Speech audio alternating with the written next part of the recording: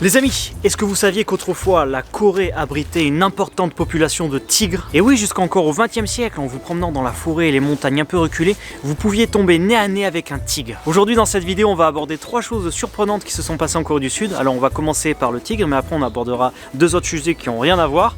Mais déjà, l'existence même du tigre en Corée, est-ce que vous le saviez? Dans toute l'histoire de la Corée, vous allez voir que le tigre a une grande importance. On va beaucoup le retrouver dans l'art, dans la mythologie coréenne et dans les contes populaires. Déjà, le tigre, il est dans la légende qui raconte l'histoire de la naissance de la Corée. Bon, c'est une histoire avec un tigre, un ours, l'ours il se change en femme, puis le tigre en fait il s'en... Bon bref, le tigre il est dans la légende la plus importante de la création de la Corée. C'est aussi en partie à cause de la forme du pays même, parce qu'avec un peu d'imagination, on peut voir que la Corée ça représenterait un tigre. Si, vous le voyez quand même là, regardez ici... Avec un dessin, c'est encore mieux. C'était un animal qui était craint mais vénéré. Craint tout simplement parce que c'était dangereux de croiser un tigre. Il y avait beaucoup de personnes qui étaient tuées par les tigres. Mais vénéré parce qu'il était le symbole de la force, de la puissance. Et il était considéré comme une créature gardienne, comme une créature protectrice. Il avait ce symbole un petit peu mystique de protéger des mauvais esprits. C'est d'ailleurs pour ça qu'on peut le retrouver dans des endroits importants, comme dans des temples ou des palais sous forme de statues ou de peintures. À l'époque, il était vraiment présent sur tout le territoire, puisque même au XXe siècle, on en a retrouvé sur des îles tout au sud de la Corée. Mais ce qui va se passer en fait, c'est que vers la fin de la dynastie Joseon, au 19e siècle, avec l'expansion du royaume et la population humaine qui augmente grandement, il va y avoir de plus en plus de victimes à cause des tigres. Ils vont commencer à attaquer beaucoup plus de personnes. Et donc le royaume de l'époque va encourager la chasse aux tigres. Les gens vont commencer à le chasser dans un premier temps pour se protéger, mais également pour sa valeur marchande, parce que le tigre aura une grande valeur marchande. Et en fait, c'est sous l'occupation japonaise que le tigre va disparaître définitivement de la Corée. Vous savez que la Corée a été occupée par le Japon de 1910 à 1945. Et en fait, la dernière preuve qu'on ait de l'existence des tigres en Corée, c'est en 1922. C'est un Japonais qui a posé avec le tigre qu'il venait de chasser. Alors, j'ai vu sur différents sites, c'est la date 1922 qui revenait le plus, il y a eu aussi la date 1921, et j'ai vu aussi d'autres sites qui disaient qu'ils avaient aperçu des tigres jusqu'en 1940, mais bon, voilà, la dernière preuve qu'on a normalement, c'est 1922 avec la photo de ce Japonais qui pose avec le tigre. Le Japon en fait avait fait passer une loi pendant l'occupation pour éradiquer tous les nuisibles, tout ce qui pouvait être une menace pour la population humaine, et c'est comme ça que la chasse, qui était déjà bien présente pour les tigres, a été grandement encouragée encore plus,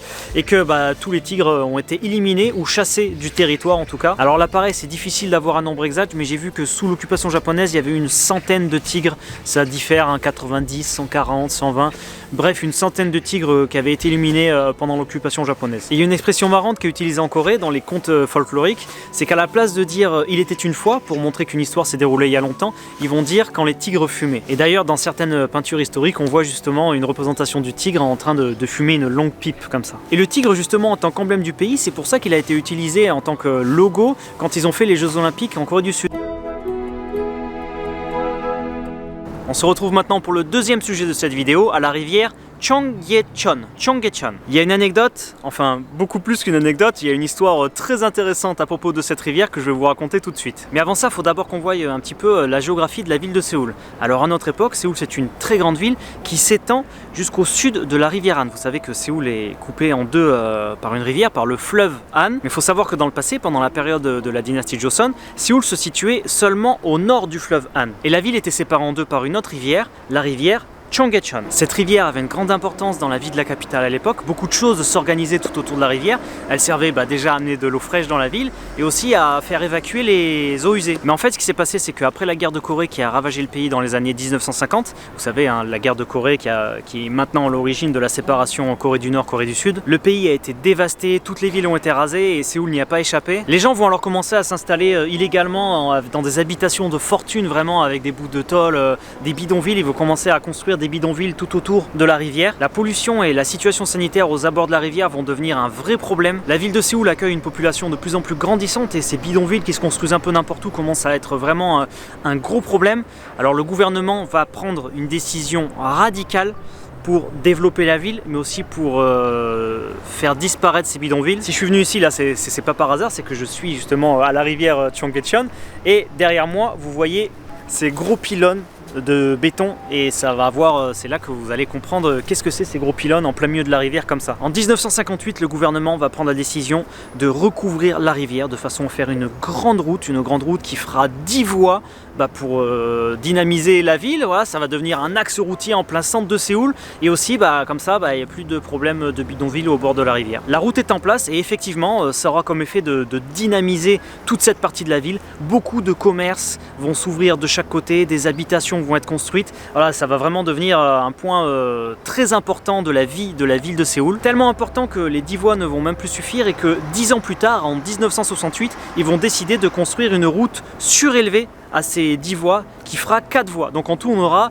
14 voies. Avec ce projet, Séoul veut renvoyer une image de ville qui évolue, une image de ville dynamique. Et effectivement, ça fonctionne.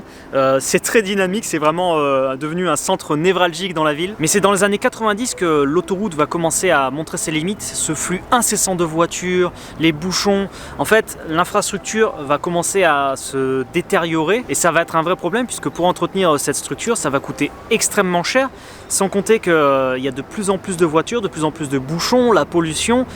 Et donc Séoul va commencer à réfléchir à une nouvelle solution. Et c'est en 2003 que Séoul va commencer un des projets les plus ambitieux de la ville à l'époque moderne, qui va être de détruire l'autoroute et de refaire vivre la rivière Cheonggyecheon. Avec ce projet, Séoul veut renouer avec son histoire, retrouver les racines historiques de la ville et aussi retrouver plus d'harmonie entre la ville et ses bâtiments et les espaces verts. Alors à la base, la rivière faisait 8 km 14 et ils vont en rénover 5 km 84, presque 6 km. C'est le 1er juillet 2003 que les travaux vont commencer pour une durée seulement de 2 ans et 3 mois. Au total, c'est plus de 700 000 travailleurs qui ont contribué à la rénovation de la rivière pour un montant de 250 millions d'euros. C'est un projet qui a quand même failli ne pas aboutir, qui a été très compliqué à faire puisqu'au départ en fait c'est pas tout le monde qui était pour. D'une part parce que ça allait coûter extrêmement cher à la ville et de deux c'est tous les commerçants qui étaient autour de cette route. Eux ils voulaient pas voir cette route disparaître et voir le dynamisme de cet endroit changer. Donc il a fallu faire beaucoup de négociations avec les commerçants pour trouver un bon compromis de façon à ce qu'ils soient pas pénalisés par cette rivière. Et maintenant nous sommes là en plein centre de Séoul avec cette rivière qui apporte de la paix, de la verdure en plein milieu d'une grande mégapole de 25 millions d'habitants, si on compte la banlieue. Séoul même c'est 10 millions d'habitants. Et grâce à cette rivière, on a vu revenir aussi plein d'espèces sauvages. Je vais vous montrer un oiseau, je vais essayer de le filmer juste derrière moi. On a un oiseau blanc là, alors je sais pas ce que c'est, peut-être un héron cendré, vous pouvez me confirmer ça? Je sais pas, à chaque fois je galère avec le nom des oiseaux. Et là on a un canard. Il y a aussi plein de poissons dans la rivière. Ouh.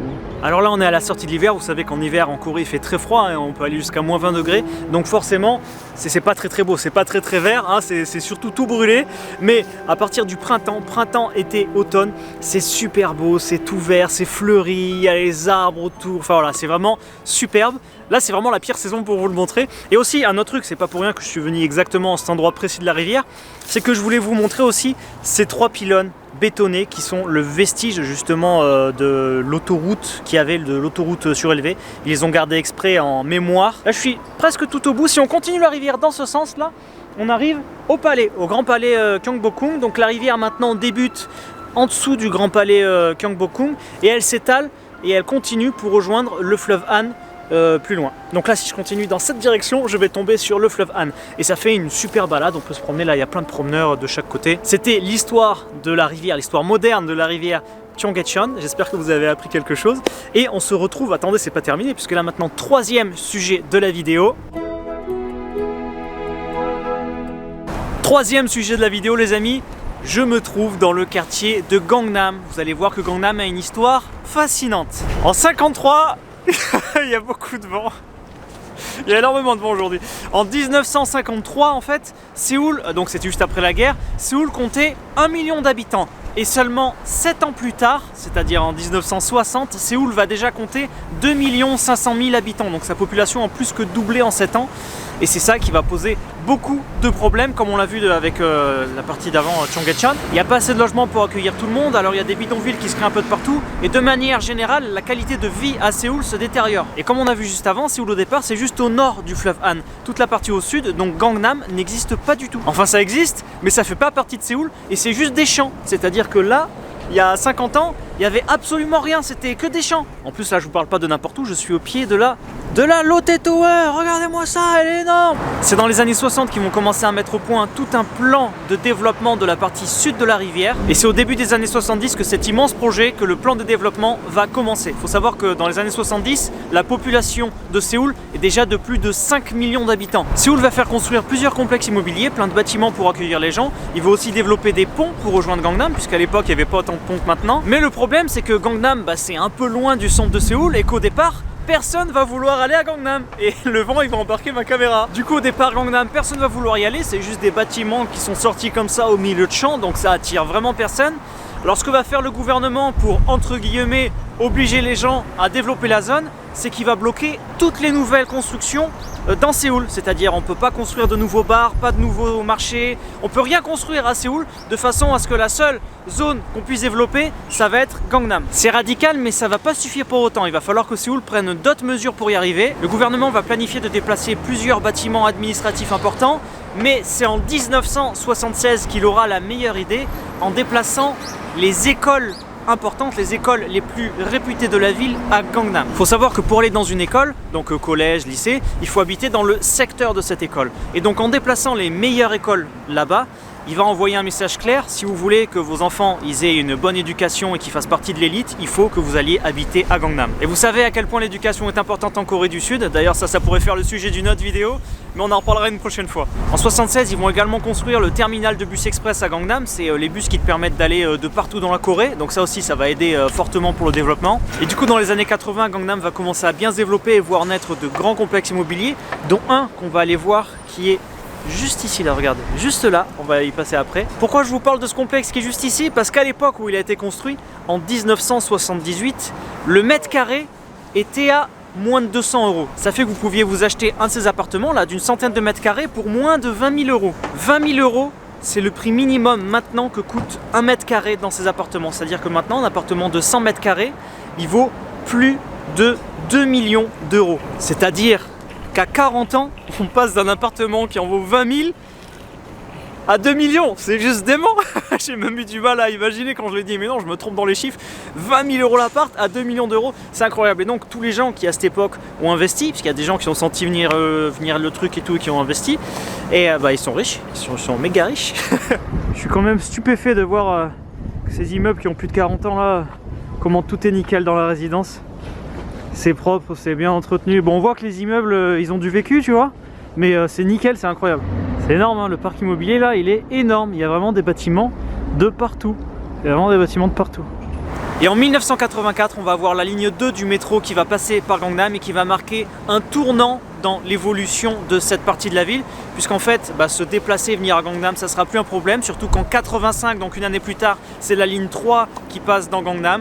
Donc là Gangnam est très bien desservi et c'est là où ça va vraiment exploser en termes d'évolution et de développement. Et nous voilà maintenant 40 ans plus tard à notre époque où Gangnam, vous en avez forcément tous entendu parler, c'est un des quartiers les plus prestigieux de Séoul, avec des écoles d'élite, des banques, des entreprises, des hôpitaux, des cliniques de chirurgie esthétique, la plus grande tour de Corée qui est juste à côté là. Imaginez maintenant que je serais venu 40 ans plus tôt et là j'aurais les pieds dans la bouche, je serais dans un champ. Enfin c'est fou, c'est complètement fou de voir à quelle vitesse ça s'est développé et comment ça s'est développé. C'est cette frénésie maintenant qu'il y a dans ce quartier, cette vie, c'est incroyable. C'était 3 histoires à propos de la Corée. J'espère que cette vidéo vous aura plu. Moi en tout cas j'ai adoré la faire. Quand je faisais mes recherches et que j'apprenais plein de trucs et tout, je trouvais ça fascinant. N'oubliez pas de checker le site de la D-Box, dbox.fr, la box printemps. J'ai commencé à faire les premiers cartons. C'est tellement une dinguerie, on est tellement content de cette box. Voilà, ça sort là dans quelques jours. Dans quelques jours, c'est en ligne, vous pourrez commander ça. Sinon, il y a la box hiver, il en reste quelques-unes. Une fois que la box hiver est terminée, elle sera plus disponible. Il y a quand même des exclusivités très sympas. Donc si vous avez encore rien pris, vous pouvez déjà commander la box hiver. Lequel de ces 3 sujets vous avez trouvé le plus intéressant? Les tigres, Cheonggyecheon ou Gangnam? Moi perso, j'ai beaucoup de mal à en choisir un. C'est pour ça d'ailleurs que j'ai mis les 3 dans cette vidéo. Donc s'il y en a un qui vous a titillé, intéressé, fasciné plus qu'un autre, n'hésitez pas à me le laisser en commentaire. Je vous remercie d'avoir suivi cette vidéo. Je vous retrouve la semaine prochaine pour une nouvelle vidéo. Donc surtout, n'oubliez pas de vous abonner si vous n'êtes pas encore abonné. Et je vous dis à la semaine prochaine. Hasta la vista!